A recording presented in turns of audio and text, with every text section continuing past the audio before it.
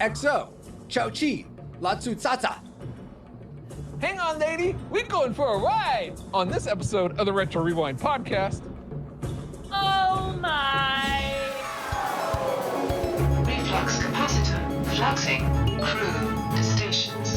Scanning for Indiana Jones and the Temple of Doom, 1984.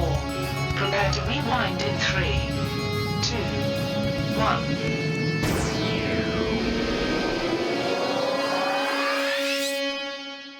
Merry Christmas, Rewinders and new listeners to the Retro Rewind podcast, where we take a fresh look at movies and games from 15 or more years ago. I'm your captain of the pod, Francisco Ruiz, and I'm joined by your XO and mine, Paul, the Master Interrupter Powers. We are going to die! That's good to know. Oh, goodness, Paul. Anyway, and for this discussion of the film, Indiana Jones and the Temple of Doom, where apparently we're all going to die, we welcome back a full crew aboard the pod. First, we welcome back Ship's Information Technology Specialist, LJ Warj Lowry. Hey, good to be back. Good to have you back, LJ. Alongside LJ, we're also joined by, on this mission, by our chief engineer and former saboteur of the pod, Travis Berg.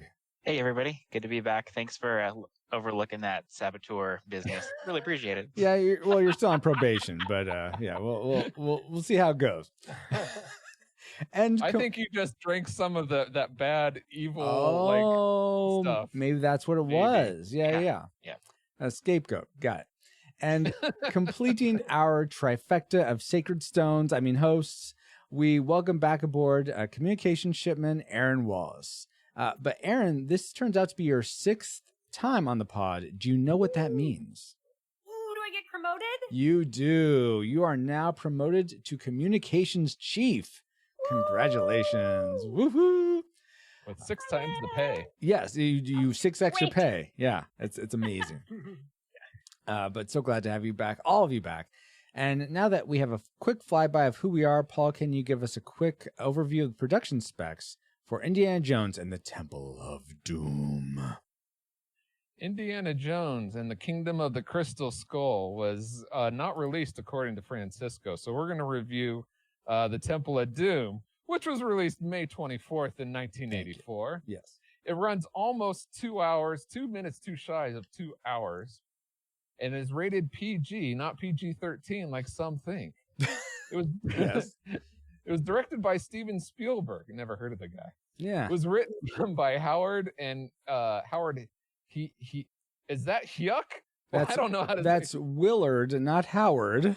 Oh yeah, if I can read, Willard Hyuk, Gloria Katz, George Lucas, and little Spielberg in there, with lead stars being Harrison Ford, Kate Capshaw, and a Goonie named Data called Hugh Kwan. Okay.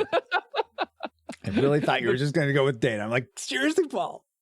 No, he's aboard the Enterprise. Anyway, the music was composed by John Williams because John Billiams wasn't available at that time.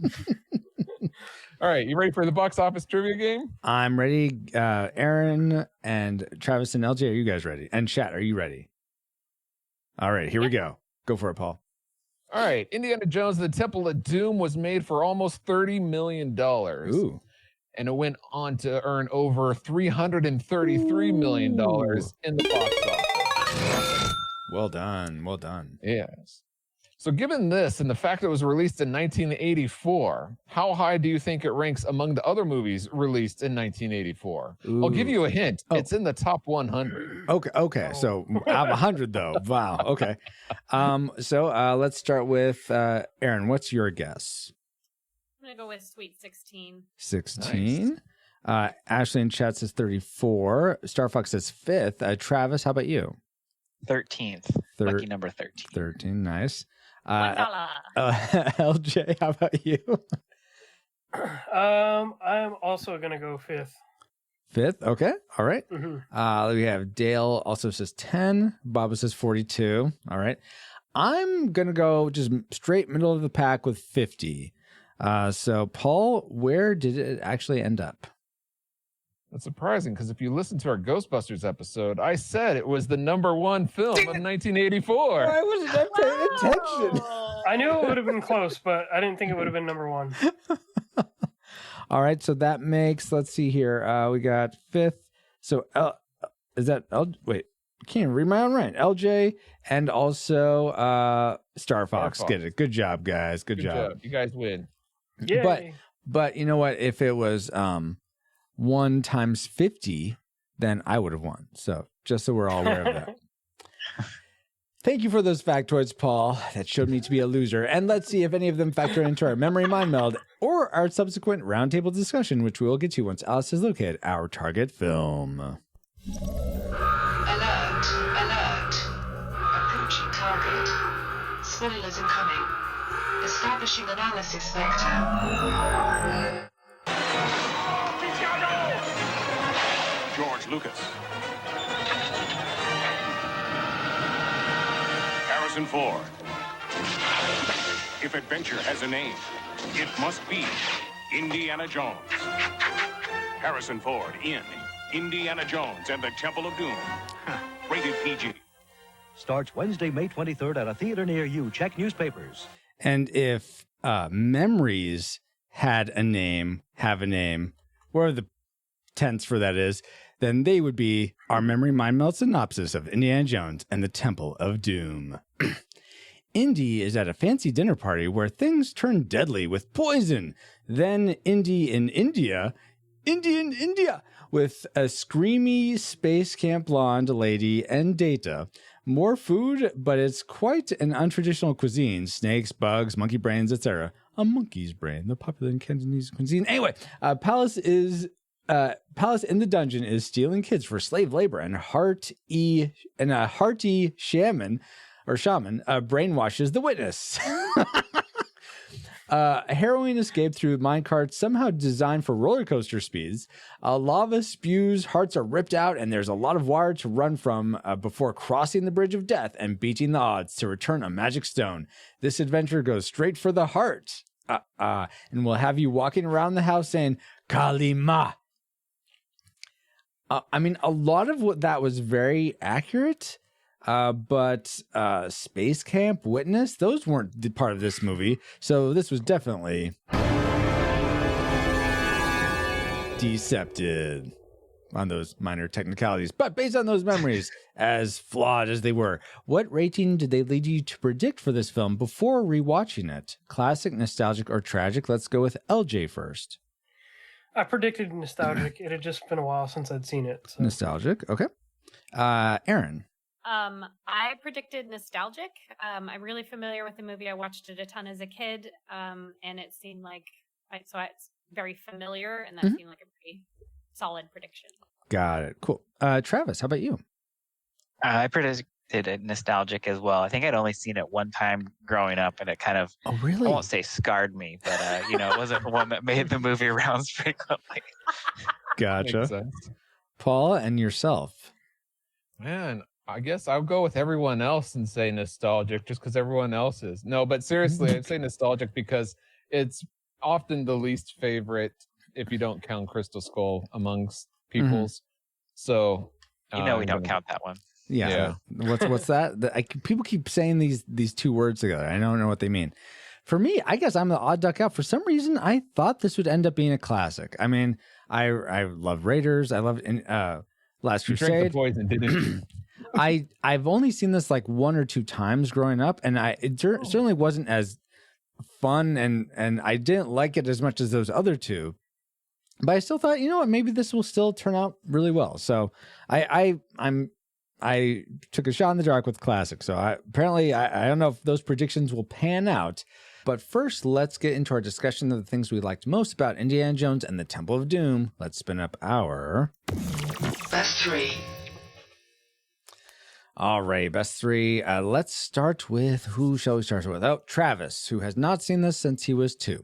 What was something you liked seeing it as an adult, Indiana Jones and the Temple of Doom? Well, let's see. I don't want to get too far ahead. I think I really liked this as they were starting to sneak around in the temple, and then with the spike pit scene. For me, that's what really kind of got the movie going, made it feel like Indiana Jones. They're in some peril, and that was just like, okay, I'm here now. I'm ready. Yeah, falling out of the plane wasn't very perilous. That was so easy, but that crushing roof, yes. No, that I totally get that. That was a cool scene, especially having to get through all those bugs. Oh my gosh. It's interesting to note that was Steven Spielberg's favorite scene to direct. Oh, really? And like all his No, in that movie. Oh, in that movie. Okay. Paul, what was something that was your favorite about this? Was it the traps or things like that?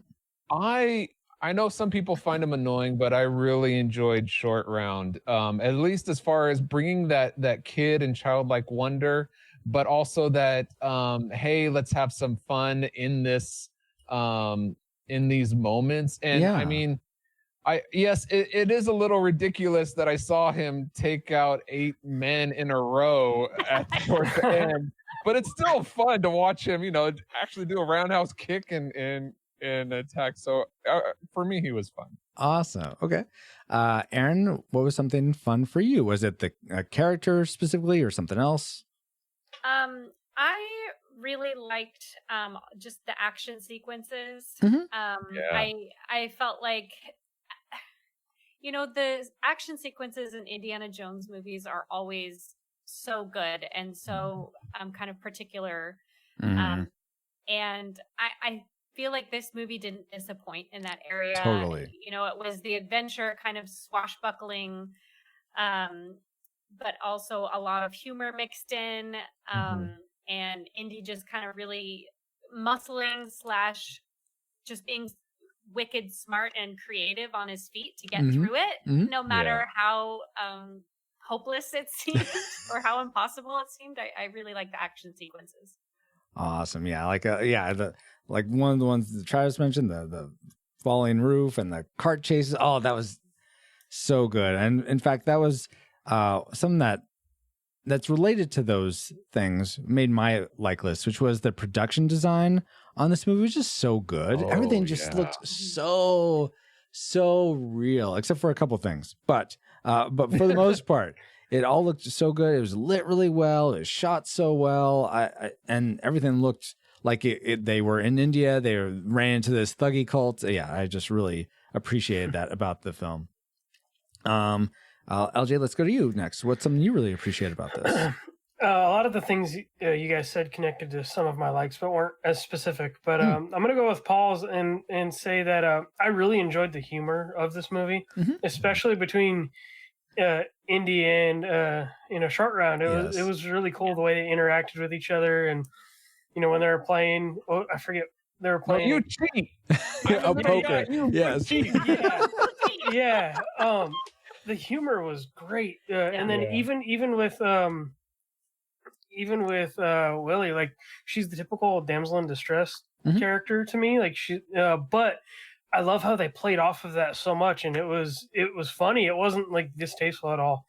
Absolutely, the humor as a whole, and when it even gets serious later, it totally just it helped connect those characters, especially as they spent more time together. So, and what's interesting, and this is so unusual, and I only noticed it in this viewing. I had never noticed it as a kid when watching this, and I don't know if being a dad now has colored this, but there's something about the way, and this was my next the way Indy and Short Round, their friendship and their interaction seems so natural and just.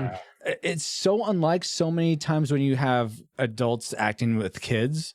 A lot of the time it seems not necessarily forced, but it doesn't seem like there's this camaraderie. And also it's also weird because Short Round also seems a lot more grown up than he is. But they still that they totally play off each other so well. So I really liked what both Harrison Ford and what Key brought to this. In terms of acting for Short Round and Indiana Jones.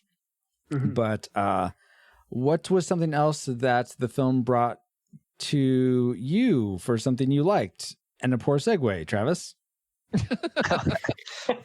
The only part, well, I don't want to give too much away for my dislikes, but I really liked the cinematography and when they're in the, I think was it the Obi-Wan Cafe? Yes, the Obi-Wan on Cafe. the Lazy Susan, where they're sending like the coins and the diamond back and forth. Very classic, like Spielberg shot. Yes. And yeah, that was quite enjoyable to watch. Very cool. Yeah, I thought some of the lighting was really good and dramatic. Yeah, it just reminded me. And there's even some of these shots that I've talked to back to when we were talking about Star Trek, where it's like the sort of lit only the eyes. There are some shots like that, but it's not overly done. It's subtle, which I think works really well. But and it looks like it's done on purpose. Like they're in a setting where it would be natural. Exactly. Let's see. Let's go back to LJ. What's something else you liked? In particular, the cafe. I think about the whole opening scene. Kind of just after they get done doing the show, and they start off with the interaction, and it just escalates into that whole chase scene. That whole opening sequence is great, very well done, and it just kind of gets you on the edge of your seat right away. And I really love the way it was done. And I don't know if it was just the version I was watching, but to me, it really held up well. And the way it was filmed, and just, I can imagine it was probably fun, like filming that scene from a production standpoint. I would think so too. It was cool, like seeing Indy. You're used to seeing him all like sort of dressed down in his leather jacket and work outfit, or archaeologist outfit, but here he's like 007-esque. Yes, 007 was the vibes I got. Yeah. Harrison cleans up nicely, huh? He was very handsome. So I read that opening sequence had to be filmed last. Because of Willie's dress. Oh, really? It was, they only had so many beads, and that dress was like super fragile. So that sequence had to be filmed absolutely last. Which is funny that it's the opening sequence. But I mean, I agree. I think that sets the tone of the movie right away, and is what a great introduction to this movie. I think it's great. I agree, LJ. Something about the introduction though, maybe you guys can help me. I don't understand. I loved when they like had all the dancers, and they just had such great they're like timing so well together. I mean, they're obviously professional dancers. Choreography. You like the choreography. But how? I don't get it. So is that inside the dragon where none of the audience can see? The same thing. Is she Is Cape Capshaw Willie imagining all this? What's Anything goes, Francisco. Thank you for bringing up one of my dislikes in our like section. But to answer your question, it's a nod back to the old MGM musicals. Numbers where they would often start a scene, and then they would go into this huge room where these dancers are, and they would do this choreography numbered set. It's a throwback to the classic Hollywood musicals. They are filmed just like that. Okay. Well, that takes me out of reality, but all right. Yes. Okay, well, thanks for explaining that, Paul. Let's go back to let's go to Aaron next. What's something you liked? So you liked that opening sequence. Was there something else you liked, or was that a key like for you? No, I'm vibing with all the things that you guys like. The opening sequence, the spiky room. I don't know what else to call that. Yeah. Like the gif of Harrison Ford saying, "We are going to die." My brother will randomly send to each other because it's so funny. Especially the expression at the end. Yes. And I think maybe this goes along with what other people have said, but the character banter, the banter between Indy and Willie is so good. The way that they play off of each other and their chemistry, and then also the chemistry between Indy and Short Round. I feel like the banter between those characters, and then even between Willie and Short Round, it all just kind of fit and clicked, and I love that. Totally. I have a minor quibble with one aspect of that, which we might get into the next section. It didn't make the top of my list, but if someone else mentions it, I'll add on. But yes, for the most part, Aaron, totally with you there. I guess that leaves Paul, though, before we get to our classic makers. So, Paul, what's one more like for you? I loved all the basically the twists in the story. Just as things were ramping up, like at the beginning, there's a lot going on, and then you think Indy's is getting away, but no twist. Yeah. The plane was owned by the bad guy, Yeah. and then the twists weren't like spread evenly throughout the film, but it's okay because there's more coming, and just when Indy has the stones, like he's about to go away, then he hears the screaming children. It's like, oh yeah, I gotta go for that. So it's all these, so just the story and how many twists and turns there are all the way throughout, I thought was fun. Well, so you mentioned that he has to go for the screaming children. So I'm just going to take that as a good segue into my classic maker, which was, I thought you love the screaming children. No, man, So I get too little of it at home with 2 young ones. I need more screaming children in my life. No, well, if we got a movie for you, no. It's just Harrison Ford in this role. I mean, I've seen him in Indiana Jones, obviously, in the other 2 movies. Yeah, other 2 movies that are out there. But Star Wars? There's Indiana Jones. Oh, wow.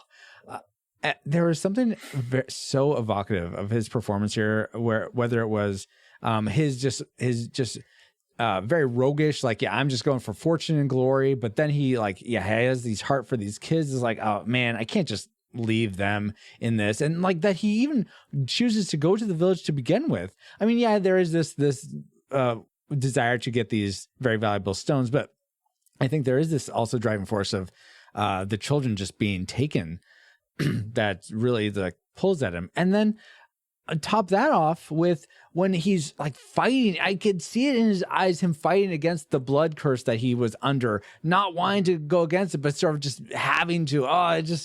It was just so great, the subtlety in his performance, at least that I picked up on, that I don't think I appreciated him enough.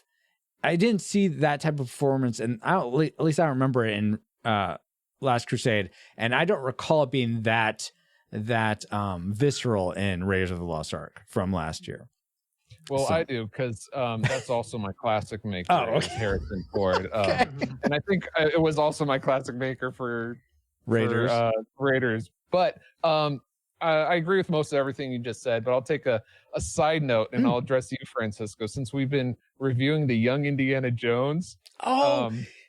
Yes. So did you constantly, like, throughout the movie, like, compare, like, okay, what we've seen of Young, like, oh, this is kind of different. Different from the character. Well, I was definitely making this comparison. Oh, he's been to India before, because that's when he was a kid. He was in India, and there's so he knows the language. Yeah, he knew the language. There's similar, like the child that was put up on a pedestal, and just thinking about his relationships, like with Remy, his friendships and stuff, and how they must be applied to now. It definitely really adds so much more color to the character and texture to the character, even though I still can't recommend that show. But anyway, but it'll be interesting next year to see how well that character develops and closer to becoming to the character that we see on the screen in this film. And I did read that there is an artifact that him and Remy. So for those that don't know or aren't listening to our tail end episodes where we cover each chapter of Young Indiana Jones at the end of some of our episodes, Indiana Jones has this friend named Remy who he's in World War I with. And apparently later on, when World War I ends, they are going after this diamond in one of the chapters. And it turns out it's the diamond that he gets in the beginning of this film, the Peacock Diamond. So there's a cool link there. Finally a link. I know, right? But okay, enough about this. Harrison Ford, me and Paul really liked him. Let's see. Travis, did Harrison Ford make your classic maker, or was something else much more compelling about this film?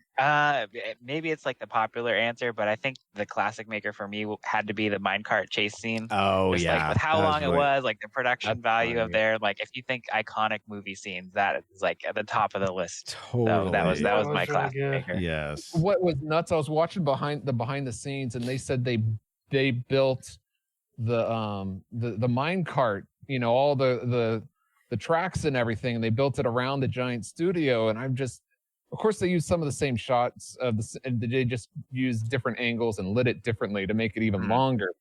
But the idea of having to build all that and film all that is just mind-boggling these days. I think they would all do it digitally now, but it's Yeah. it's a great scene to see in real, quote unquote, real life, you know. Yes. In its full, yeah. So I know some were in miniatures in and some ILM, were but- backward projection, which I was like, I can totally tell that that's back projection, but yeah, still, but it's still a fun scene. Yes. So that's Yeah. very absolutely. Aaron, how about you? Was there a super fun scene that made your classic maker, or was it something else? Well, I have to first of all echo Harrison Ford. Ford. This role made him an icon, Yes. Yeah. hands down, and he made this character an icon. Yeah. Yes. I mean- I can't imagine anybody else playing the character. Oh, and Tom I Selleck, agree- all the way. But I do think his acting is so, like, he's a great actor, but he also does the action sequences. He can Mhm. be funny. Yes. He can be romantic, that kind of suave. So he just pulls off all those aspects. But I would say another, like, I actually had several classic makers. Okay. Because Nice. I just love, I love the Indiana Jones franchise so much. Yeah. Yeah. And I think another classic maker for me would be the rope bridge scene Oh, yes. at the very yeah. end. Mhm. And I think one of the reasons why is because I know there's some green screen in that, but Mhm. there's so much that it's a real bridge. They really built it, Mhm, mhm. and they filmed a lot of it on location. And I always love when it's a real location or it's a real set, because Yeah. it makes the movie feel so much more believable, and it holds up so much better over time. Yeah. You know, one of my biggest gripes with movies recent, like with The Hobbit, Mhm. or with the Star Wars prequels, it was so much green screen that it didn't feel real anymore, and it was Mhm. even beyond feeling like a fantasy. It just felt so like you couldn't touch it. Yeah. It wasn't know, grounded. It didn't. Nothing felt Well, grounded. no, it Yeah. didn't feel grounded. It didn't feel real. And the rope bridge scene, I mean, that shot where he's surrounded and he's got the sword above his head. I mean, So iconic. it's like Yeah. an iconic shot, and I just love it so much. Yeah. Awesome. Yeah. Yeah. Now, it's funny that you mentioned that one, because I remember as a kid, I sort of was checked out. Like the minecart was just so cool that once he gets to the rope bridge, I'm like, eh. But I mean, it's definitely much more of an impact as an adult watching that and what's going on and Yeah. how he decides to get out of it. Yeah. Well, and you see how he thinks his way out of it, Mhm. Yeah. and how it's like you see them upping the ante, him Yes. and Molaram. Like, Yes. he's like, okay, well, I'll throw the stones, and he's like, okay, well, then I'll do this, and Yeah. Yeah. I love that Molaram called his bluff. He's like, fine, do totally. it. Because Totally. most antagonists are like, oh no, okay. Yeah, it's really good. Mhm. I'm gonna blow up the ark. I'm gonna throw the stones. Okay, fine. I guess. I'm gonna throw away the Holy Grail. Fine. They I'm gonna usually eat call the his bluff. crystal skull. You know what, Paul? Let me get to LJ now for his It works. classic. Don't fix it. LJ, go for it. What's your classic make for Temple of Doom? My classic maker was the story arc. I feel like the way the story moves is one that you could probably, like, if someone was to teach, writing or some kind of class on filmmaking, I feel like this is one that, like, a lot of other properties have used, especially me playing a lot of video games and Oh, sure. seeing what I'm saying is there's like sections to it. So there's the beginning, Right. like okay, what are these characters doing? Then there's the journey, as far Mhm. as to the objective, and then there's the encounter, which is when they're at the objective, and that's when they encounter the villain. Mhm. But then there's the escape, Yeah. and so Yes. from the encounter to the escape is, like, I feel like almost the second half of the movie. And Yeah. I love that arc because I've seen so many other proproperties. Wait, take no, from it, the but- arcs in the first and Raiders. And they didn't have the escape in Raiders. That's a good one. No, I totally go. Continue. Yeah, but basically, I was just like not even in, like, Tomb Raider or Uncharted series, since those are heavily lifted from Indiana Jones. But Mhm. there's so many games and things that have this type of story layout, and I think it's the perfect adventure plot line, I guess. And this movie being older, it's paved the way for so much. And I think I said something to the degree of that in Raiders as well. These movies have become so iconic that people are modeling their stories after them. Yeah, absolutely. You know which one they're not modeling it after, though? Yeah. I'll leave it there. Quickly Down Under. Paul, why you gotta That's not throw one of the Quigley movies. under the bus? Quigley's great. Jeez Louise. Oh my gosh, Paul. I was trying to think of Tom Selleck. You could do Blue Bloods or something. I don't know. Why you go for cut me off on the knees with Quigley? Anyway. All right. Man, Quigley. That, you know what? That's something else I like. Quigley Down Under. Oh wait, what are we talking about? Oh wait, Indiana Jones. Oh, Are you sure? So yeah, let's get to the things we we can't get to dislikes yet, guys. I had one more thing I liked. I'm sorry. You know what? It's Spirit Blade Productions. Since 2006, Peter Franson has been operating Spirit Blade Productions to create entertainment and resources that equip, encourage, and inspire Christian geeks. And soon after starting this indie studio, Peter expanded to include a ton more content and community under the banner of Christian Geek Central. I'm personally a big fan of what Peter is doing, and you can join me in supporting him on Patreon so that we can help keep this ministry going and growing. Not to mention, your support can unlock fun rewards for you to enjoy. Head over to patreon.com/Spiritblade Productions for all the details. That's a great commercial, Francisco. But Thanks, Paul. what does that have to do with Indiana Jones? Oh, and the Temple come of on. Doom? Come on. Really? Really? It's not clear as day to you? You got the spirit of Kali Ma influencing Indy, good. and there's a blade that lots of the bad guys have. There's blades. Okay, good. I thought everywhere. you were calling Christian Geek Central the Temple of Doom, but okay, good. Okay. I sense you want some trivia about Temple of Doom, maybe? Is that what you were looking for, Paul? Better, yes. All right. Here, how about this then? Did you all realize that Steven Spielberg said in 1989, I wasn't happy with Temple of Doom at all. It was too dark, too subterranean, and much too horrific. I thought it outpoltered Poltergeist from 1982. There's not an ounce of my personal feeling in Temple of Doom. Best Spielbergo impersonation right there. But that leads me to ask you guys, what is your least favorite Steven Spielberg movie? Not Indiana Jones specifically, but just in all Spielberg movies, what's your least favorite one? It's okay if you haven't seen them all, by the way. I certainly haven't. But do you have a list? Oh my gosh. Just off the top of your head. Oh, off the top of my head. Oh, all right. Yes. If you want to look it up, I guess could. first Okay, go for it, Paul. Say that, if Spielberg did Poltergeist like he is attached to it, I think he I would say executive Poltergeist. produced it. I don't think he Yeah, directed but it. there's a lot of lore like he did a lot more than that. So, Oh, really? I- Okay. yeah. So if that counts, I would say that one. For Okay. me. We have Temple of Doom is enthusiast. Ooh, shots fired. Let's see. How More to about come on that. you, Travis? I only watched it once, and I was maybe like 11 or 12, so maybe it's better. But I think Duel, was that one of his first movies where there's the car and semi-truck driver that have a road rage incident, and then the Yeah. semi-drivers chasing him down? I think that was a Sure. Steven Spielberg film. Duel. Yeah. I vividly remember that'd be Duel like it was yesterday. LJ, Duel for you too, or something? No. I cheated and did a quick Googling while you guys were talking because I Okay. couldn't think of all the movies off the top of my head. But No worries. one that comes to mind is AI. Oh, where he I- finished, really? What's his name? Haley Joel. No. Stanley Kubrick's Yeah. movie.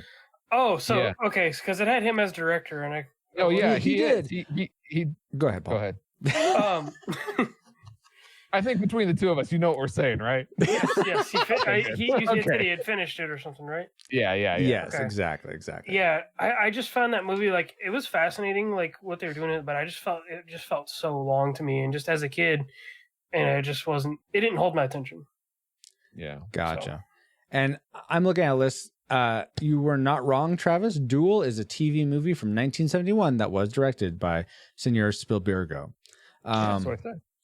But for me, it's actually going to be Well, I mean, I can't say the first half of Jurassic Park. If I could, I would say that. But no, Why would you say that? Well, there's a whole episode on why he would say that. But I'm going to say E.T. the Extraterrestrial. Oh, get out of here. Yeah, That you're is breaking the my worst. heart. Such You're breaking my That is heart. not Such a Hey, waste you know of what, a movie. Francisco? No one asked you. Oh, dang it. That's true. Wow. That is true. That's true. Nobody asked you. Burn. Fine, guys. Fine. Whatever. Aaron, I'm asking you, though. What's your least favorite Spielberg movie? The Flintstones. He did the Flintstones? I didn't know he did that one. Okay, wait. He was a producer. Okay. Okay. No, I want directed. I want directed by. Oh, I don't know. I can't really think of any off the top of my head, but I'm so bad at remembering who actually directed movies. well, if we ever review the Flintstones, I know who I want as a guest host. It just wasn't a good movie, guys. Did you like Indiana Jones and the Temple of Doom? Well, we'll get to I that. know, I'm being silly. All The right. one with the shark? Yeah, didn't you do one with the shark, my I feel gosh. like? Somebody saying Hook. That we just watched that with the kids the other day. That's a great movie. Hook's so underrated. Yeah. Rufio. Yeah, it's a great movie. There's slow bits to Hook. 1941 is often criticized. Oh, really? I haven't seen it. Yeah. There's also this other apparent Indiana Jones movie. He's, I guess, directed. It was a Okay, fan well, flick. then that I he would say that directed. one That probably. one. All right. We'll go with that. Nah. There's a fourth movie? That's why I keep hearing. It's so weird. It's like people keep trying to incept that into me, but I'm like, no, I reject this inception. All right, so there was some trivia about Indiana Jones and the Temple of Doom. Thank you guys for being a part of that. Yeah, thank you, Francisco. And we're not doing lists in our trivia right now because it's Christmas. So Merry Christmas, everybody. Mhm. But Dustin Warford did respond to an open trivia question about Godzilla. And the question was, if there was no oxygen destroyer, could the head of Medusa stop Godzilla? So he answers, if she can stop the Kraken, she can stop the King of Monsters. Yes. All right, fair summation there, Dustin. Thank you For me. for answering that one. And now that we have all had some trivial fun, let's find out what memories you, our awesome rewinders, had about Indiana Jones and the Temple of Doom. Philip Hurd and Aaron Strauss both left gifts from Indiana Jones movies. And Aaron also said, I remember watching it for the first time thinking, hey, wait, it's Han Solo, LOL. Then was blown away by Indiana Jones's character and how well Harrison Ford did with the role. It's one of my favorite movie franchises apart from Star Wars. Jeffrey Williams says, the small Asian had some funny lines. He was well played. Indeed. Well, that's what you can call him. Throw Me the Whip says, I mean, a lot. It's one of the most exhilarating films ever made. Yeah, it's because I asked him what do you remember, so that's what it means by a lot. He remembers a lot. Yes. So Andrew Simpson goes on to say, a heart getting ripped out and monkey brains, specifically chilled monkey brains. Tasty. Delicious. Daryl Hafner says, this is the one Indiana Jones movie I haven't seen. We'll have to listen for the final rating. Oh, only one. Wow. Drew Doggin says, hold on to your potato. Dodgin, Paul. Drew, what did I say? Doggin. Or, yeah, you say Doggin, but it's Well, that's how Dodgin. they pronounce it where I'm from. Anyway, Drew Dodgen says, hold on to your potatoes. Wardale White says, saw it in the theaters with my uncle. I remembered enjoying Short Round, Ki Huai Kwan, very much. The scene with Mrs. Spielberg going up and down the lava pit was very intense, but fun movie overall. Now, quick question: are they still married? For some reason, I thought they were divorced. Yeah. They are. No, I don't think so. Oh, I okay. don't think they got divorced. Maybe they did. I don't know. Sorry. I shouldn't say that right off the top. Now I'm looking it up. Okay. While you look it up, I'll do the next one. Yeah, Paul. do the next one in the voice. Okay. No. All right. Fine. You don't have to. The Dapper Man says, honestly, the film is okay. It lacks the fun that Rage has had. This is not saying this film doesn't have the fun moments, but it is indeed considerably darker in tone and atmosphere. It has an odd pacing that removes the curiosity of adventure like Raiders. Thank God, The Last Crusade fixed the fun parts. Every scene with Kate Capshaw is so very annoying. I personally wish she would have died, but that's what you get when you try to compete against a James Bond franchise. The whole dinner scene with the monkey brains was another over-the-top scene that did nothing but slow down the plot of the film. Short Round is okay, even if he's overly stereotypical, and Indiana Jones is shown as a darker character. This time still has fun to see. Was fun to see. It was clever to make this a prequel, but not a technical sequel. For that time, however, as I said earlier, the film is just okay. What, Paul? What were you gonna say? You just have him like send in an audio clip and play it. I mean, I guess we could do that. Yes. Anyway. Anyway. I don't know if we need to harp on that anymore. But Alex Ortiz says, "Fortune and glory, kid. Fortune and glory." Dirty Steve 40 says, Kalima! With a fire emoji, heart emoji, monkey emoji, and brain emoji. Dr. Jones, Club Obi-Wan, rocks that look like bread. I think that's bread. I guess bread. Bad dude gets crushed by steamroller. Yes.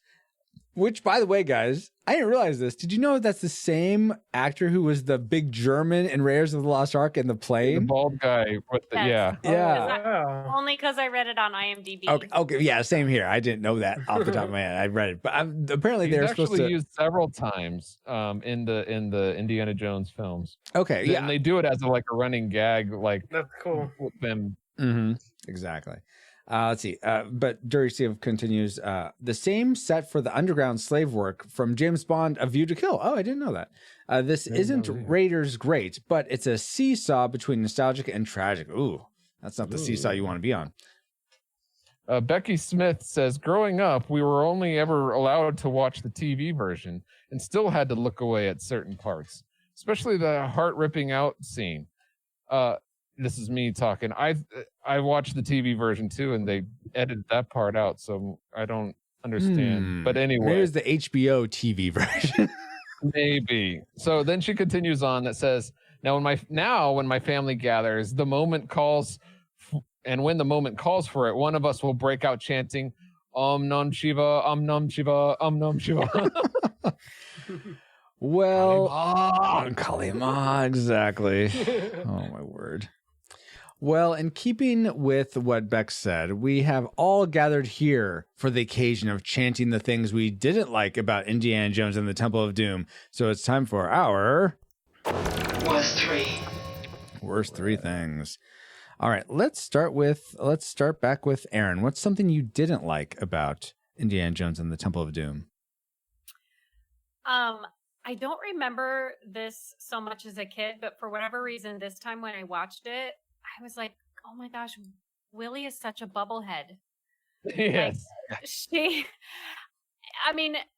Extremely so, even to where I'm like, I just can't believe that she was actually that dumb. Mm-hmm, and I get it. She was comic relief. She was kind of filling this certain character type, I guess. Yeah.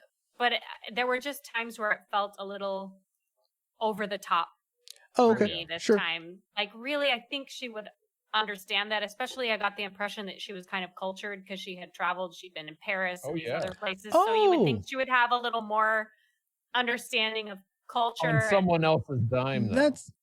That's true. True. I mean, I could see her as the kind of this, like... Diva, rich, spoiled. Yes. But to be kind of such a bubblehead, just kind of that part lost me. Gotcha. I'll just key into that. And I didn't understand the chemistry between her and Harrison Ford. I get like one of your likes, Aaron, from before was their banter, and yeah, their banter was good. Definitely, like when they're like, if they're gonna sleep together or not. That how the dialogue was great, but I just was not getting how they liked each other. I mean, they didn't seem to like each other at all leading up to that point. Yeah, it just came out of nowhere. Yeah, exactly. And then it seems to be very like, okay, well, the script calls for us to like each other now, so we'll like each other. It just did not.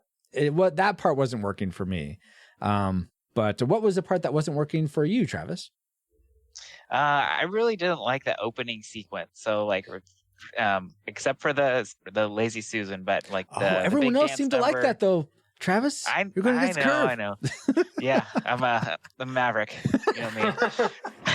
But yeah, I don't know. Just like there were some great parts into it, but overall, just like the opening sequence didn't really feel like tense. Like it felt like it was too comedic for me. Like when the diamond was getting kicked around and the balloons are falling down and stuff. It just didn't quite have that same kind of like uncomfortable tension that some of the other films have had. So it kind of, I don't know, set the tone a little odd. They need to add a minecart in that restaurant, and then it would have been great.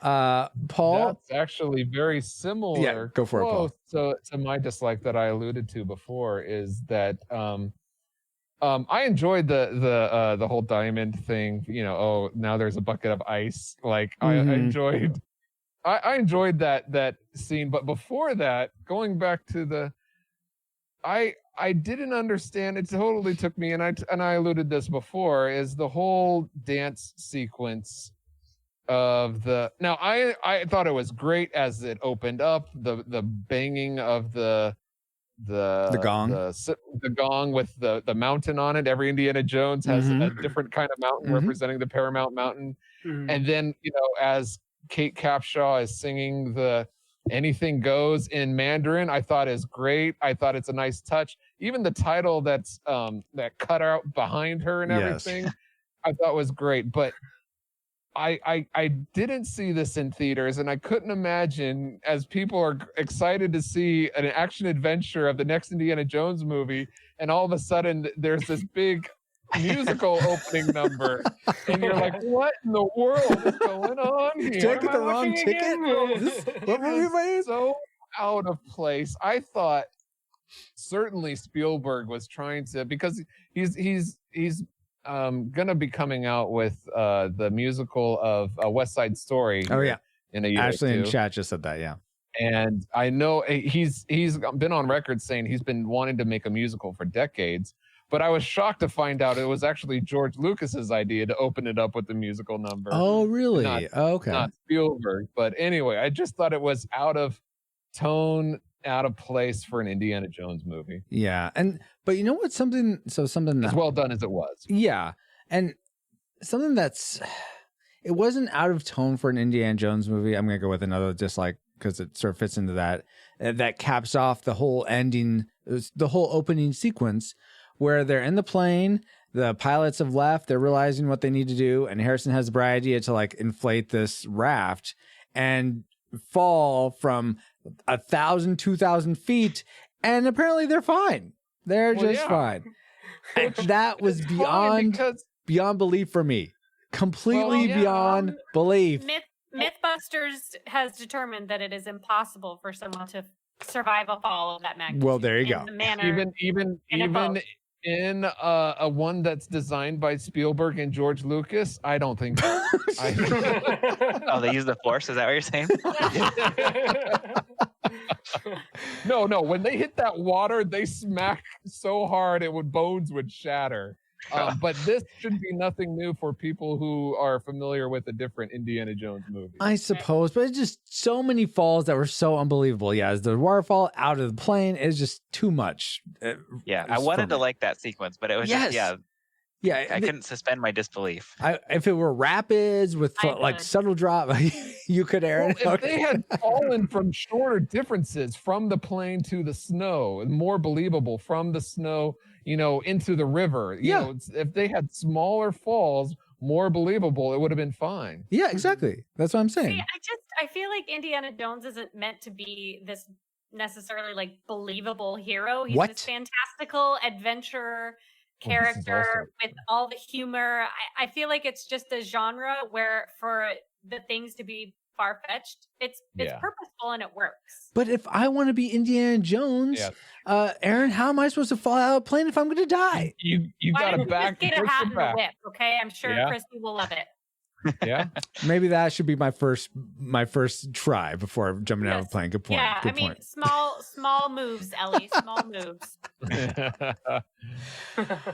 Oh goodness. Okay, let's go now to LJ. What's something you didn't like about Temple of Doom? You guys have already said it, Francisco and Aaron. Willie was one of my dislikes. the interactions and the way the characters were written kind of redeemed her a little bit, but it was just kind of to have this role, comparing it to Raiders of, the female lead in Raiders. I just thought it was a downgrade in my opinion, and like her character served her purpose, I guess, but which, like I said, redeemed it a little bit, but she didn't really bring much value into the movie for me. So everything you guys said is where I was thinking as well. So well, but in that sense, she actually just upgrades Marion even more, because this chronologically comes before Raiders. So Yeah, year before.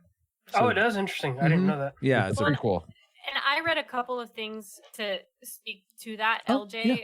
One of the things was that they wanted Willie's character to be the opposite of Marion, and so in that Blonde sense, brunette. they Yeah. definitely she dyed her hair blonde, and they achieved that according to your assessment. And then even Kate Capshaw, I read she was very critical of Willie, and she actually said that Willie was not much more than a dumb screaming blonde. Right.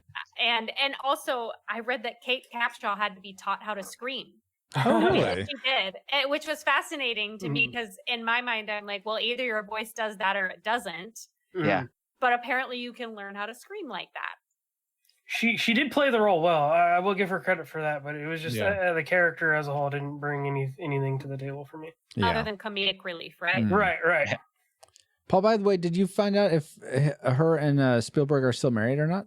According to my research, they're still married. All the divorce thing. Steven Spielberg did divorce before marrying Kate Capshaw. Oh, okay. The only thing I could find. Oh, okay, cool.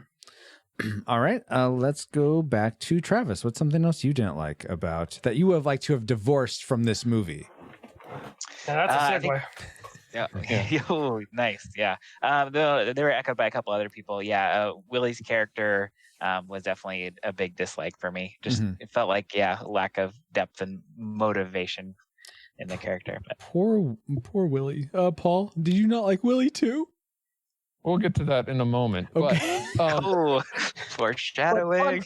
Fun fact is that Indiana was named after George's dog, and Willie was named after Spielberg's dog. Oh, So, wasn't Short Round named after a dog also? yeah, writers, the couple writers. Oh, okay. That was their dog's name. So everyone, the main cast of character were all dogs.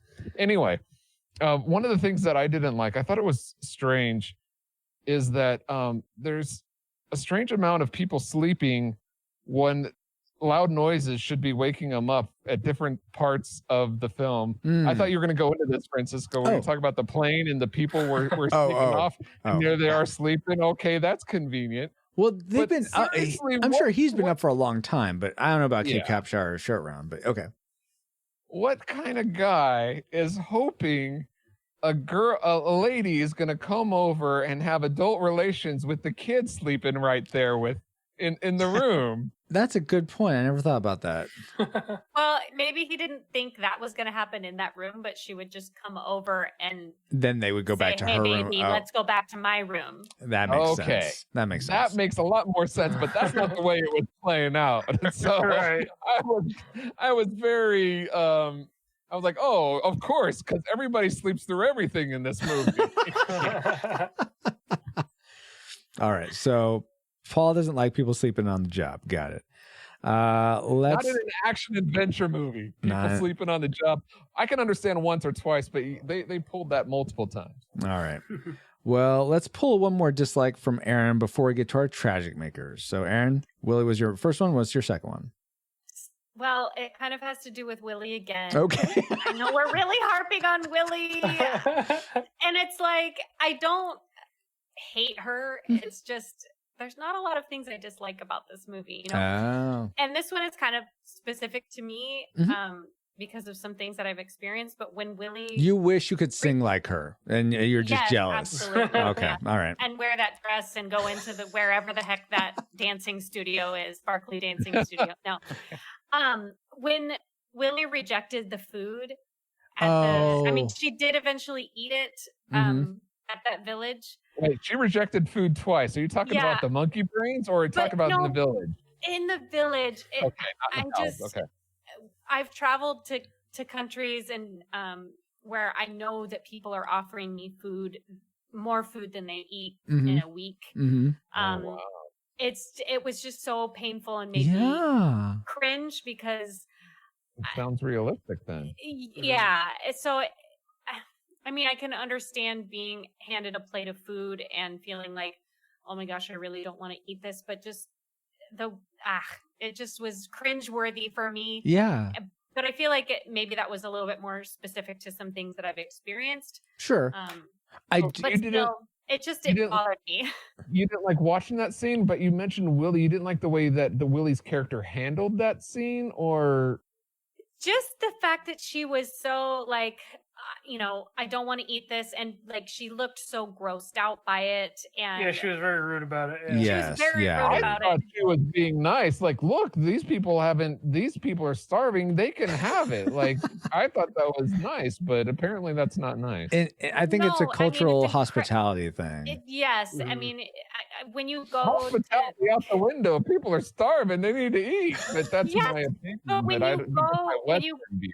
when you go to some of these countries and they offer you this food, they're being hospitable.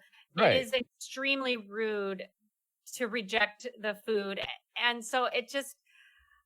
What they needed to do is accept the food and then go make an In-N-Out run and bring back a bunch of burgers back to the village. Sure. Oh wait, it just they was don't a let you out cringeworthy moment there, for right? me. Sorry, I didn't mean to offend anybody. But Wow. I think I just did double time on that one. Sorry. Oh my word. Well, let's get to the most offensive things. How about that, guys, with our tragic makers? Let's, Paul, since you want to just keep going with Let's the fence ride the train. Willie train a little bit longer. No, honestly, I really like Kate Capshaw as an actress. I loved her in Don't say Space Camp. Camp. Dang it. And I liked what she did with the character. It's the character, not all of it. Like I think it was LJ said, it had some very comedic moments with her, and I do like some of her interactions between her and Indy, as people have mentioned. But it's going back of all the other dislikes. What you said, like, okay, you're in the middle of a real gunfight, and bullets are going back and forth, and someone hands you the gun. And you're like going, ow, ow, ow. Yes, I realize it's hot. Then you throw the gun, your only means of survival in that situation, out the door, not in your lap or on the floor. And then you're complaining about a nail being broken instead of your life being, it's moments like that. And yes, I find her character somewhat annoying. And so I really didn't understand, like, at the end when Kate's like, not Kate, sorry, Kate's awesome, Willie. When Willie says that she's going to go off to Delhi or whatever without Indy, I'm like, good. Go. I don't understand why he wants her and brings her back. It just doesn't make sense for that kind of character. I mean, and honestly, Indy's had a lot of women in his life. I mean, I know that from watching Young Indiana Jones Chronicles. Right, Young Indiana Jones. He hooked up with the Mata Harati. Yeah, wait, was that her name? I thought it was the Maharaja. No, that's from this movie. That's the kid prince. That's different. I don't know what it is. Well, but okay. anyway, when she says I could have been your greatest adventure, I'm like, yeah, I don't think so. Just take a path and keep going. Fair. That was actually the line that made Really? Steven Spielberg fall in love with Kate, though. Oh, really? Fun fact. No, I don't know. Oh, geez. Well, if there's anything that's going to make you fall out of love with this movie, what would it be, LJ?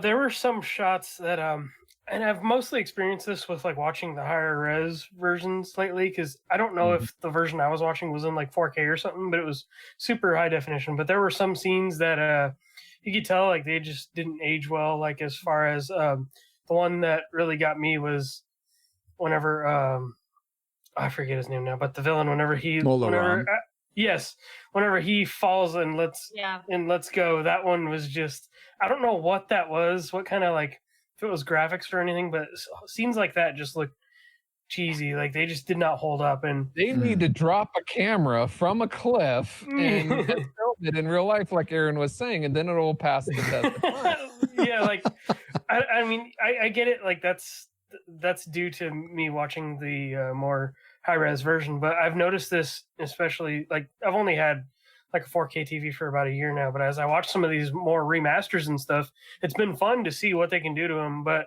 also looking at just some of those scenes that's hard for them to touch. It just it does take you out of it a bit. And to go along with that, I think some of the effects on the so like there was a scene with a bat when that attacks Willie or whatever, and then also the monkey heads. They just a combination of all those things are just those things real monkey heads.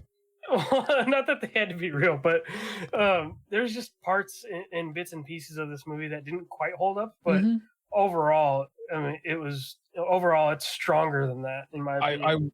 I will say I completely agree with you 100%, LJ. But watching it in higher def, I did realize in this watch that I had never noticed before. But there are like severed fingers and severed arms on some of the statues that I noticed that too. That made I was it like, more oh my creepy gosh. Yes. time. Yes. Yeah. So and that's what I mean about some of these remasters is you catch little things and you see the work they've done to it, and it's fascinating. But then there are scenes and certain special effects that just kind of make you cringe. Yeah. Gotcha. I remember as a kid thinking that the Molaram falling at the end was like, they didn't do a very good job on that. Yeah. It looked Even really back then, fake. it Even wasn't. back then, yeah, it wasn't great. Yeah. Okay. That's what, guys, you know what? I didn't notice that for some reason. I'm not even recalling how it looked for him to fall. So that's interesting that stuck out so much for you guys. Were you probably asleep? I wasn't asleep, Aaron. It I was just like invested. it was like some kind of like graphic or something they did. I don't really know how they did it or, Is it what, some- but it just Is it It similar was to probably some kind of technique that Yes. they used to use that they no longer use. I Mhm. would think. Is it what it looked like in Raiders when the big truck's going on the bend and then these guys fall out over a cliff or a car? I think there's a car that falls over a cliff. There's some big fall and it looks like a weird No, but composite. there is that scene when the water's shooting out and they're holding onto the cliff and it Yeah, looks like they're cut and pasted that on does, yes. Yeah. That one I did Yes. notice. That's Yes. the perfect description. Cut and Cut and paste. yes. Yeah. Okay, yeah, that's a way. Yeah, okay, yeah, that's a good comparison. Or like flannel board. We're gonna Oh do my this. God. I don't know Yeah. what it was. Like, It's like construction paper yeah. project. Jeez. Aaron, let's go with you next. What's your tragic maker for Temple of Doom? Oh gosh. It's the portrayal of India and the Indian culture. I really thought you were going to say Willie again. The portrayal of Willie was just... No. Of the Indian culture, really.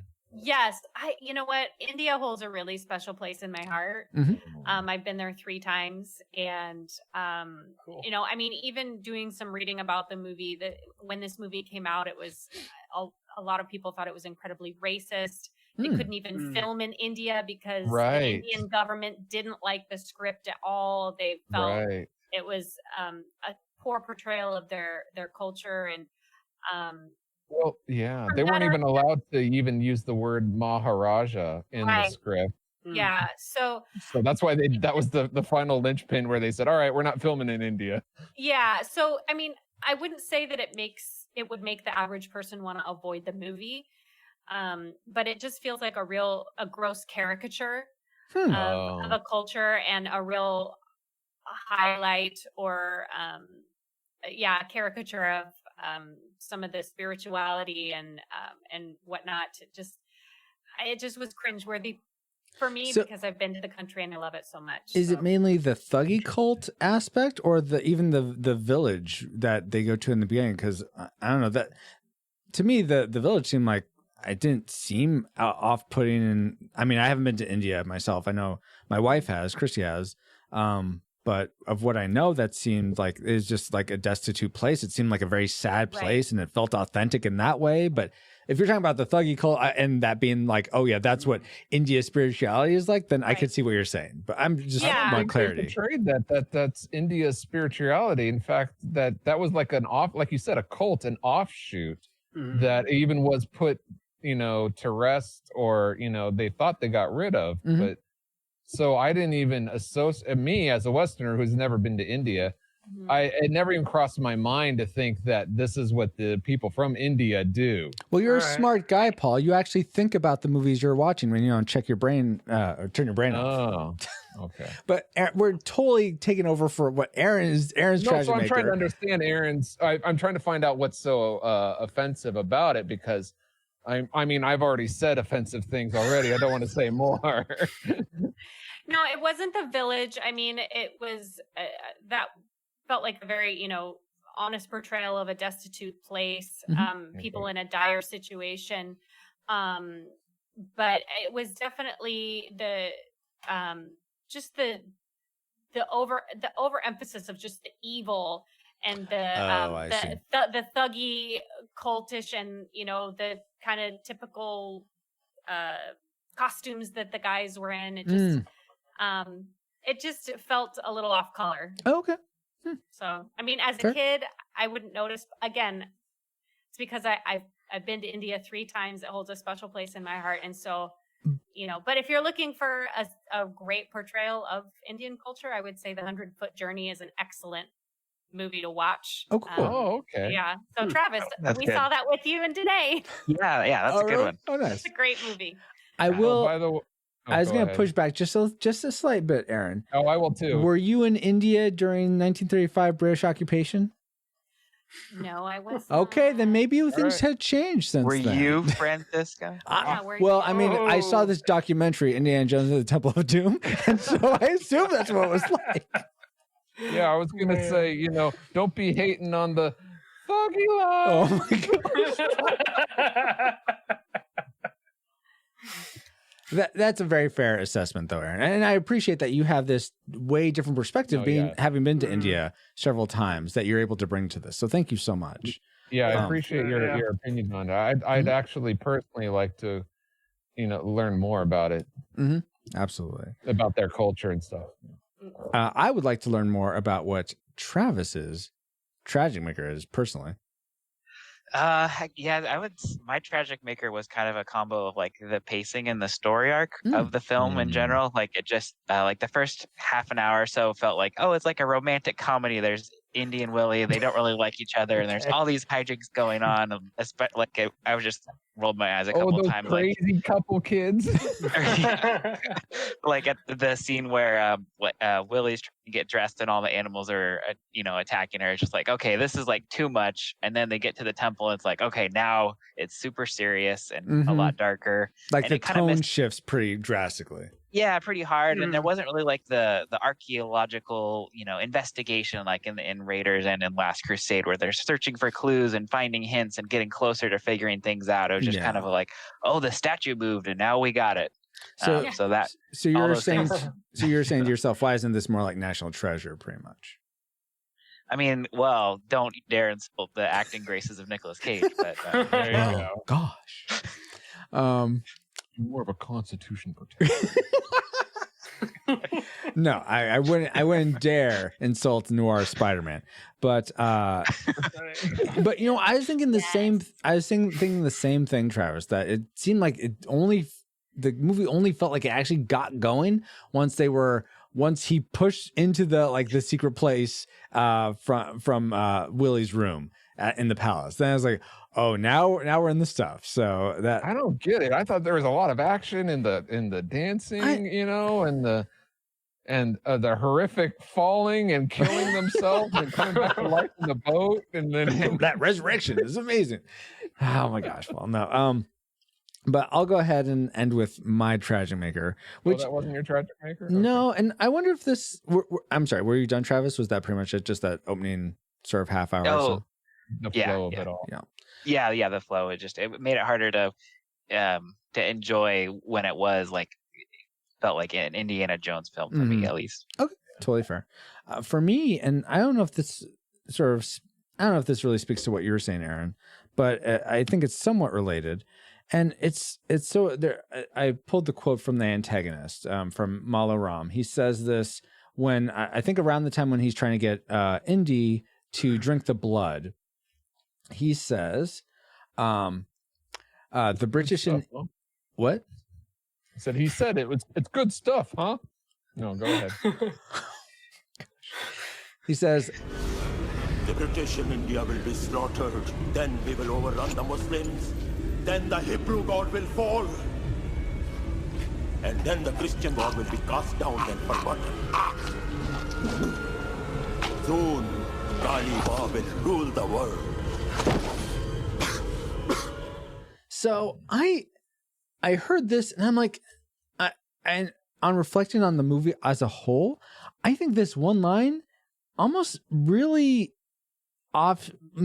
it's almost like the writers put this line in to make the movie feel, or make Mullah Ram and the Thuggees feel like they're a much bigger threat, like they're a Nazi level threat or something. But I don't think you need that. I think the threat of them just being in their territory, stealing children and stealing these stones to give them these evil powers, I think there's plenty of threat as it is. So to have them just spout all this like, yeah, we're going to rule the world, where it's like, really, dude, your small cult's going to take over the whole world? I don't think so. It just seemed way too outlandish, almost as outlandish as the Indy falling from a far height. Okay, but I will. I know this is shocking, but I'm going to have to disagree with you. What? No way. And here's why. Because this provides motivation. I mean, like, why would these people try to resurrect this thing that's supposed to be like old and not good, you know? And I honestly think it's because they believe that these 5 rocks, when they're put together, really does create the ultimate power. There is like the art. Right. But I believe that they believe that is the ultimate power, and that's, if they have the ultimate power, of course, they're eventually going to spread and take over the world. So to me, it's a fair motivation for these people. I don't know. I mean, I guess I think it would have been more authentic if they just said, and then we'll have the power of Kali Ma to forge our own destiny, or to become heartless.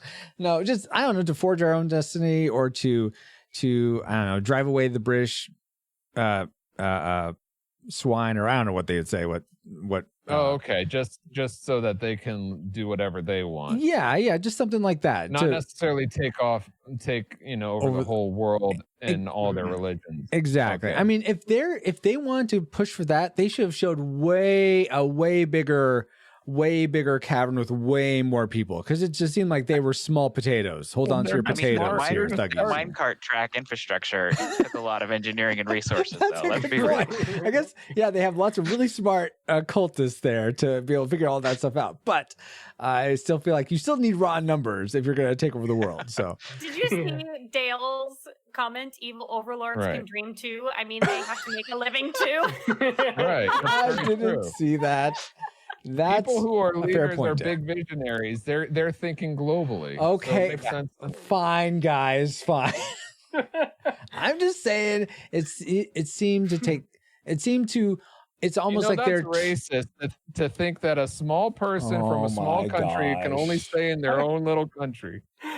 Not saying that at all. I'm just saying it didn't seem like they had aspirations, which is fine. It seemed like it was delusions of grandeur, though, to think that they could get that with the small set of people they had, regardless of the rocks. It doesn't matter. Those 5 stones. If they can live without hearts with 3 stones, imagine what they could do with 5. By the way, I don't think they really thought they would ever get those 5 stones, because that skull that they put them in only had places for 3. So they're probably not. No. I think they only thought. The ears. You couldn't see them in the front. Yeah. The ears. We're on the same page. Ruining my point. Disney was born with the mouse ears on top. You know what, guys? Go ahead. Francisco, I think it does kind of tie in to what I was saying. Is it just feels like a very, very dark portrayal of that. Like, it was like, we're going to focus on this darkest thing that we can find in India, and there's nothing redeeming about that we can portray in the country, in the movie about the country at all. Sure, yeah. So I think that maybe that explains my point a little bit better. Mm-hmm. You know, because my experience of the country was so beautiful, but it was also very specific and tied to just a couple of places. So, you know, that's fair. You again. I think it's probably just because of my experience with India. I'll be honest about that. And I love that that each of us is bringing our own experiences, whether it's from our going to different places or just our movie acumen or whatever. I love that we get ignorance. This holistic view of this movie. That's why it's not just the Paul and Francisco show. That's why we love bringing on more people. Paul, continue on the Edna mode. Go for it. Okay, I have a quick question. And I thought the scene, the heart, that whole scene where they rip out the heart and they lower the guy. Is this something I want to be on to be in the show? Sure, you can edit in. You can cut and paste like they do the characters. If you want it in, you can put it in. If not, leave it out. Your choice. I'll leave it up to the director. But I was curious because I've seen this a few times and I was just really taken back how dark it goes at that. I mean, that scene is totally. Just really. And I was wondering if they were to take it out, do you think it would be as impact? Like, would it still? I'm wondering what the impact of the movie would be. Do you think they wouldn't have as much motivation, or do you think it would still play well without the scene in it? So, are you saying just take out the heart ripping, or like? Yeah, let's just say they like. Yeah, let's just say they lower the guy. They lower the guy and he gets, swallowed up by the lava, just like they showed it here where they cut right before he goes in. Mm-hmm. And they rose him back. Did they need the whole I'm going to reach in and take this guy's heart out and then have it magically seal up? Okay, that's another unbelievable thing. But hey, they can survive, anything. I think it lends to Mola Ram having a mystical power that you're not aware of, and you can use in places like on the bridge, like he's trying to go for Indy's heart. It's like, if he didn't have that, there'll be no real threat there. It's just like, he's trying to caress me. Yeah. That's weird. No, well, he wouldn't do that. He would just try to punch him off. I know. I'm going for the comedic banter here, Paul. Excuse me. Sorry. Let's call you out on it. I think to kind of go along with what Francisco is saying is it takes Mola Ram's character kind of up another level. Exactly. And makes him seem much more menacing and harder to defeat. Exactly. Because kind of there's this like superpower that he has to like rip out hearts. So you think this movie, or I should say this story, before we get to our final rating, you think this scene the movie benefits from this scene? I mean, yes and no is an answer. I mean, yes, because it makes Mola Ram seem a bigger stronger, threat. less like a bigger threat. Yeah. Because I mean, again, he tries to do that to Indy on the bridge, and how is Indy going to stop that? Mm-hmm. And so I think in that way it serves the movie. But by the way, how did Indy know to do that cantation to heat up the rocks? I mean, yes, that's true. Oh yeah, how did you know that? Yeah, I thought it was. I would answer your question. I think it was necessary because I think it builds some credibility to the additional mysticism that's happening throughout the film. Without that, I think it would have been well, what do you mean they can brainwash this person by making him drink this thing like that? Oh yeah. That's a good point voodoo too. doll, which was questionable anyways. Oh yeah, why is it a voodoo doll in India?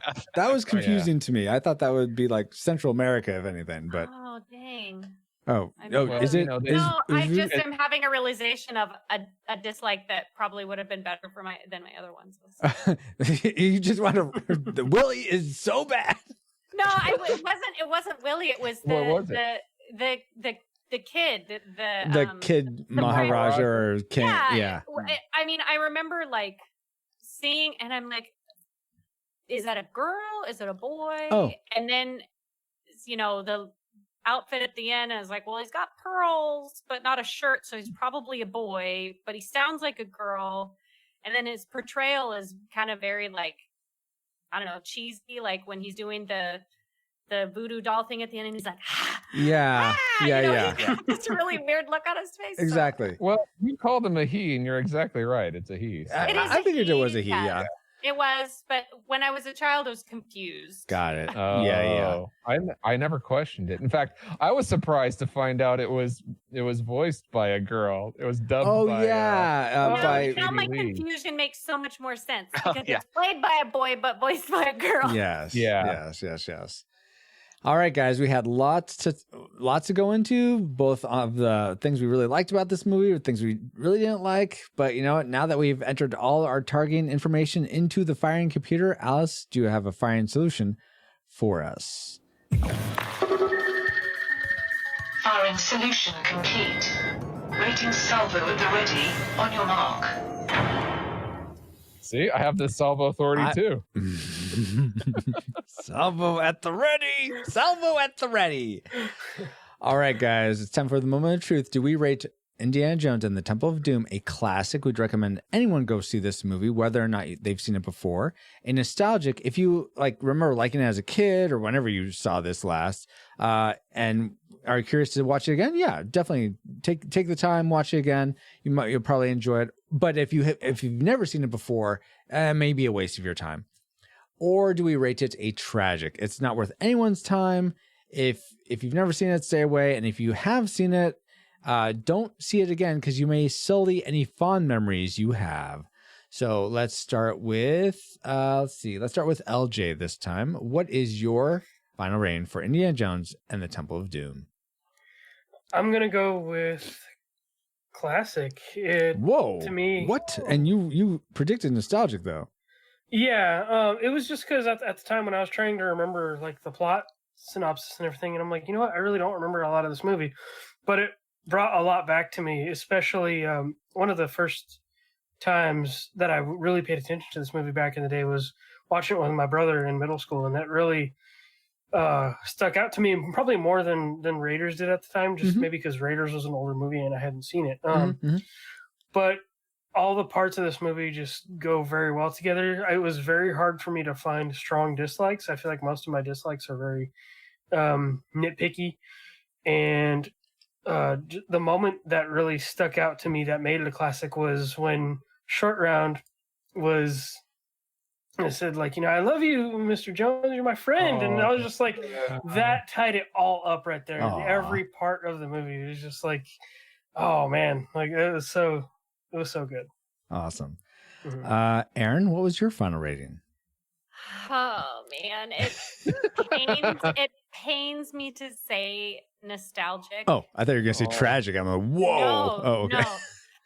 No. I love this movie, but I grew up watching it.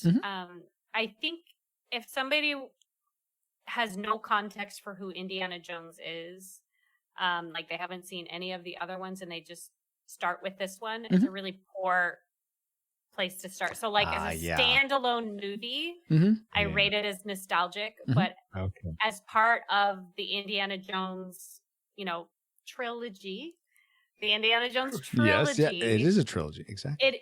It's part of a classic, iconic trilogy of movies, and if you want to watch the Indiana Jones story, then absolutely watch this movie. But if you're just randomly picking this movie and you have no context for Indiana Jones, you might not like it. Got it. Start with the Indiana Jones Chronicle. No, do not start with that.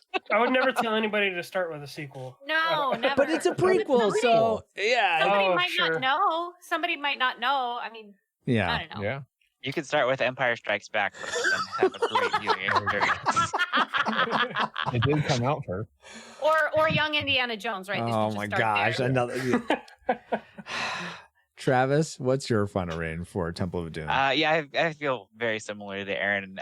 I guess one difference is I only watched it maybe once, so I didn't have a lot of memories of it. So it was definitely the nostalgic, it's kind of fun to watch again. But if I was in the mood for an Indiana Jones movie or wanted to recommend someone, definitely wouldn't be this one. So I think it lands squarely in the nostalgic camp for me. Nostalgic camp for you. And if the ride, hey, that's a classic. So there you go.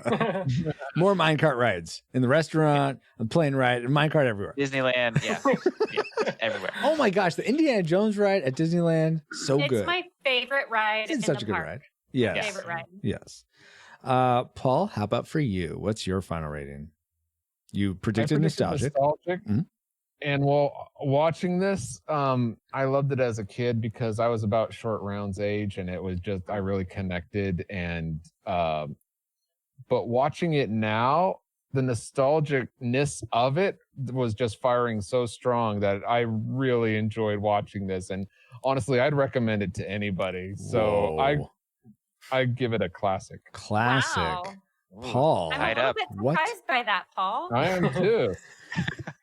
But when you bring up how you relate to Short Round in the movie as a kid, it's like I had never thought of that, but I was probably about Short Round's kid when I watched this as a child, and so to think that you could almost imagine yourself in the story from his perspective. That's really cool. I had never thought of that. I could totally imagine myself dying as I hit the mountain and then hit the water. Yeah. No, but being Indiana Jones' friend. I know. Yeah.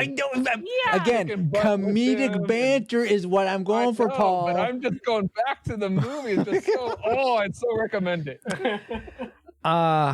Paul, how the mighty have fallen. Just giving into your feelings. I guess we'll find out. For me, I mean, I read a classic too. Oh my gosh, that's even more shocking. I didn't realize it is a Christmas miracle. His heart grew 3 sizes. Oh my gosh! And then it was ripped out by Mola Ram.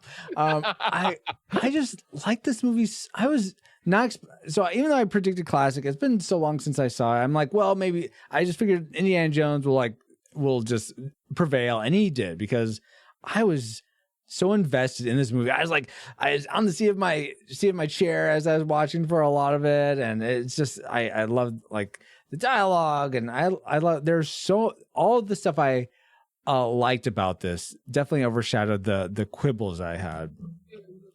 So yeah, I'm gonna have to rate it classic, guys.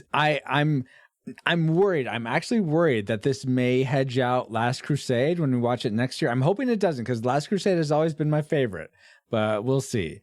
But yeah, so definitely a classic for me. So given that, the Retro Rewind podcast rates Indiana Jones and the Temple of Doom a very well disputed classic movie. We'd recommend anyone go see this, whether or not you've seen it before. Though I think a little addendum. See Raiders first. Don't watch this one first. Yeah. I still agree with that. I would never have anybody watch this first. Yeah. Even though it's a prequel. Even though it's a prequel. All right, guys. Well, now that we've had some good old time back in 1935, let's head back to our own time. Good old 20XX. 1935. I think we went back a little too far. Comsat online. Receiving incoming transmission. Okay, 1984, pretending it was 1935. Is that better? Oh, much better. Okay, feels good to be back, but we wouldn't have been able to travel back to 1984 to begin with, or 1935, if it weren't for our amazing reflux capacitors, namely Jared Holzhauer, Deborah Powers, Brian King, Patrick Hicks, LJ Lowry. Oh, he's right here. Chris Cowan, the Film Podcast, Chris Owens, Geek Devotions, the Untold Podcast, Mrs. Lomax, James Kennison, the Dapper Man, Drew of the Cellcast, Ashley Crowenbitter, Pastor Dewson, Kennethan, Redeemed Utaku, Ryan Lingle, That's Our Babo, and Josh Adams, in addition to 5 other awesome patrons as well. Thank you all so much for keeping the gigawatts coming. And if you want to help keep us flying for as little as $1 a month and get bonus content for your generosity, head over to retrorewindpodcast.com/support to help us grow via Patreon, subscribe, or now just straight PayPal. You just want to just give to PayPal? You can do it. It's implemented. There you go. Awesome. Also, this stream is sponsored by PaulJPowers.com. All right. And while we're thanking our supporters, we also want to give a big adventure hug to our subscribers on Twitch, which is another way to send us a couple bucks a month. And if you have Amazon Prime, you can subscribe for free. Find out how at retrorerunpodcast.com/Twitch Prime. But what if you don't have the extra cash every month for Twitch or Patreon, Subscribestar, or PayPal, what have you, but you still want to support us? Well, you could do a one-time purchase of some of our merch. You could leave us a review on Apple Podcasts or Podchaser. But even better than that is sharing your favorite episode of the podcast with a friend. Maybe one of our Lord of the Rings episodes, or Indiana Jones, or The Matrix. I mean, over 200 episodes, guys. I'm sure at least one of them's a modicum of a favorite of yours. But share your favorite episode of the podcast with a friend, whether you listen for the banter, the trivial tidbits, or sometimes we have a insight or two. We would love for more people to enjoy Retro Rewind podcast for the same reason you do. So please be kind and share Retro Rewind. What a vivid imagination. RetroRewindPodcast.com/216 is the place to find timestamps for this episode, links to contact us, and links for voting on the movies you want us to review. But that's not the only place you can reach us. Paul, where else can people find the show and also yourself? PaulJPowers.com. You can go there, find all my social media links, including the link to the Retro Rewind podcast. So while you're on social media, if you find anything that's funny, that's 15 years or older, please share with us on social media, because we like to laugh too. We are Retro Rewind Pod on Facebook, Twitter, Instagram, and you can join our Discord server by going to retrorewindpodcast.com/Discord. And also, as I have mentioned, we are on Twitch. You can watch and chat with us live, like these fine folks are doing right now as we record this podcast. Francisco also plays retro video games. He creates pixel art, so you can follow us at twitch.tv/retrorewindpod, and coming soon, even more. If you want to find me, pauljpowers.com, guess where you go to? pauljpowers.com. Oh, I was going to say .net. I would have been wrong. Okay, .com. Oh, got good. It. Yeah. Thank you, pauljpowers.com, for being an awesome friend, awesome fellow cult member. I mean, just co-host of this podcast. Really appreciate getting to do this show with you. Awesome. And I so appreciate getting to do this with you. I'm so excited that we're actually going through this. Yes. This Indiana Finally Jones. a movie, not an episode of a TV show. I've been missing the TV show. So all right. That's fair. Me a little bit, but then I watch it and I'm like, oh, I don't miss this. Oh, no. But also, I'm really grateful for our guests for taking time to come and discuss Indiana Jones and the Temple of Doom with us. So like I like to do, I like to go alphabetically. So we'll start with E-Money Dub. What? Tell us how we can find you online. Is there anything going on you'd like to promote? Yeah, so I'm on Instagram as eMoneyDub. Mostly I just post about my kids. Today I was 2 posts about my daughter. She colored on the wall in Expo Pen. And then she wandered around the house with a popcorn bucket on her head, bumping into things. So what's an Expo Pen? I don't know what that is. It's what you write on a whiteboard with. Oh, okay. Yeah. So anyway, the bucket on the head is for the Jedi training. Yes, I'm sure. Yes, totally. Okay. And then I'm on Facebook as well. You can look me up, Aaron Wallace, there. And then my husband and I are pastors at a church in the East Bay at Creekside. East Bay, Texas, East Bay, New York, East Bay, area Maine, of California. Oh, California. Oh, so the San Diego Bay. No, oh my gosh, you guys are crazy. Anyway, you can look up our church at creekside.org, or on Sundays you can join our live stream at live.creekside.org. Awesome. We are actually both leading worship this Sunday. So especially if you're looking for a church and you can't meet in person, or maybe your church can't stream online, you can check us out. And we're excited to be here and with what God's doing here at this church. Will you be leading in person the Sunday after Christmas? Because this comes out on Christmas. Oh, maybe. I don't know. I'd have to look at this. Go and find out. Yeah, go check out Creekside's live stream. Live.creekside.org. There you go. Thank you so much, Aaron. Right. I wanted to ask you, as a fellow parent, did you watch Temple of Doom with your 2 littles? No. Okay. No. Okay. Why not? Funny, there's we're I guess a little more liberal than some parents with what we let our kids watch. Like Jeremiah's, he's not quite 6, and he's seen a lot of the Avengers movies. Oh wow, okay. He watches Spider-Man, Mm-hmm. And he's seen a lot of the Star Wars movies, but like he hasn't seen oh my gosh, the episode 3, not Attack of the where he kills the younglings. Attack of the Clones. Revenge is that of it? the Sith. Okay, Revenge we're of in. the Sith. Yeah. Thank you. And we're like, yeah, buddy, that's probably not a good movie for you to watch. You know, or this movie, or this movie, or the most recent Star Wars movie, the not the Last Jedi, but Rise of Skywalker. Yeah, a little too dark. Yeah, yeah, I could see that. Yeah. Mm-hmm. Cool. All right. Yeah, Thanks, Aaron, coming on. Yeah, thank you so much, Yeah, Aaron. thanks so much for having me. It's always so much fun. I love it. Awesome. Yeah. And since we're going alphabetically, I'm going to save Warjay for last and go to Travis. Oh, nice. The last name starts with a B. I love it. Yeah. Let's see. I am occasionally on MySpace, so you can find me on there. I've got a couple great how-to YouTube videos for my online speech class in college. So if you need to learn how to change your oil, check one of those out. Okay. Please subscribe. New content regular, but you never know. It might one of these days I might get back on there. Nice. That's cool. Very cool. Thank you for being here, All right. Travis. Oh, and I wanted to ask you, did you watch this with your little guy? I didn't start watching it till like 10:30, so no. At night. So, Sorry, 10:30 okay, PM. so let's say you watch it tomorrow because the Retro Rewind 10:30 a.m. podcast rated classic. So you're like, you know what, Lil, we have to watch this. Oh, I mean, we just started watching like Frozen, so it might be a few. Yeah, you need to take out that's a horrible choice. Take that out, pop in an Indiana Jones. What the music is better. Well, not sorry, the music. The songs a little catchier, let's say.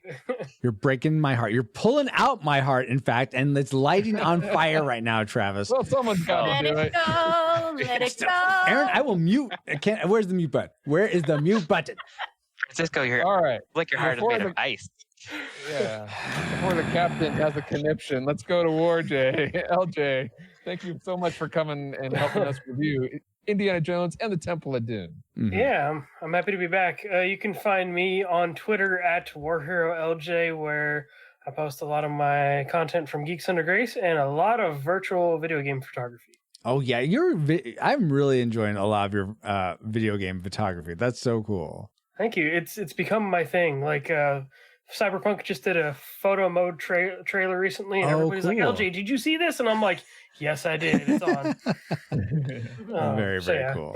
That's my thing now. Awesome. Well, thank you all so much, Aaron, Travis, LJ, for being a part of this show. Oh, Paul too.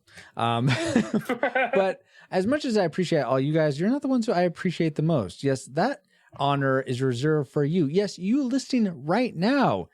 Indy, Junior, Short, Willie, Mola. Whether this is your first time listening to the Retro Rewind podcast or you're a part of our Rad Rewinder community, thanks for spending time with us, and we really pray you are more joyful now than when you first hit play. I have been and continue to be Francisco Ruiz. Find me on Twitter at FXRetro_ or on Instagram at FXRUIZX, and you can DM me in either of those places for pixel art commissions. Oh, finally, we are honored to be part of the Christian Geek Central network at ChristianGeekCentral.com. You can catch us at CGC or our website, but like a Pokemon, we got to catch you all for, here's an announcement, end of episode. For you awesome people that listen all the way to the end, you get the special announcement. In the months of January and a little bit of February, we are going to be covering on the podcast The Karate Kid 2 and The Karate Kid 3. But that's not all. If you are a patron of the podcast, be it Patreon, Subscribestar, or PayPal, you will also have access to, we are going to be reviewing Cobra Kai Season 1, Cobra Kai Season 2, and Cobra Kai Season 3, which drops in between our reviews of Karate Kid 2 and 3. I'm here for this. So if you want to have access to that, you have to be a patron at least at the $1 level of Retro Rewind podcast. But yeah, that's coming in the next year. I won't be right off the bat, but that's what you'll get coming up shortly. So, January is a Karate Kid month. Exactly. Hiya. Great way to kick off the new year. That would have been so much better. Let's go with that. Yes, we're going to kick off the new year. I didn't just steal that from LJ right now. But catch you all later when Retro Rewind returns in 2021. Retro Rewind mission complete. Proceed to nav point Omega and return to base. Well, 2020 was the year of the Temple of Doom. Does that mean 2021 is the year of the Holy Grail? It is. The Holy All Grail. right, more Monty Python. And the Holy Grail. Fortune and glory, kid. Fortune and glory.